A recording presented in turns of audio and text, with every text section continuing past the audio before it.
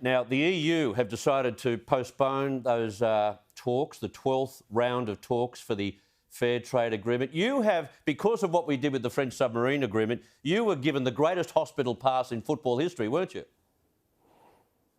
Look, what I did was I went to Europe and I tried to talk to the French. Obviously, I wasn't able to do that, but I was able to talk to 7 or 8 European Union ministers. They all understand how important this agreement is. So it's unfortunate that it's been pushed back now to February. Chief negotiators will meet in December. But in the meantime, Chris, as part of my recent trip, we've got an agreement with India to try and progress things there. We've got the United Arab Emirates and the GCC, the Gulf Cooperation Council, wanting to do a FTA with us and move very quickly. So we've got plenty of other options to look at in the meantime. Obviously, we're trying to finalise the very last little bits of the UK FTA. So plenty to get on with.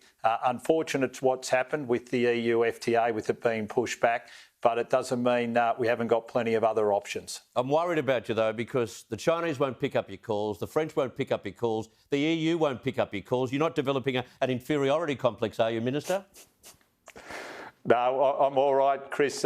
My kids have joked to me that I'm being ghosted and have a bit of a chuckle about it. But no, we're holding up all right. I can tell you when it comes to the World Trade Organisation, we hosted a mini ministerial meeting in Paris at the OECD. We had 25 trade ministers around the table, all pushing to get a WTO outcome. We were part of a small group at the G20 trying to get an outcome there.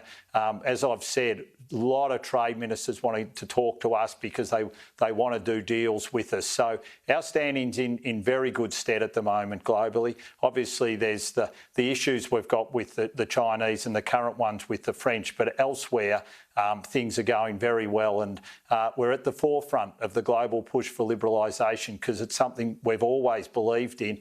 And now, more than ever, as we come out of this pandemic, we've got to make sure that's the approach that the globe takes. Dan Tehan, thank you very much for your time tonight. I appreciate it.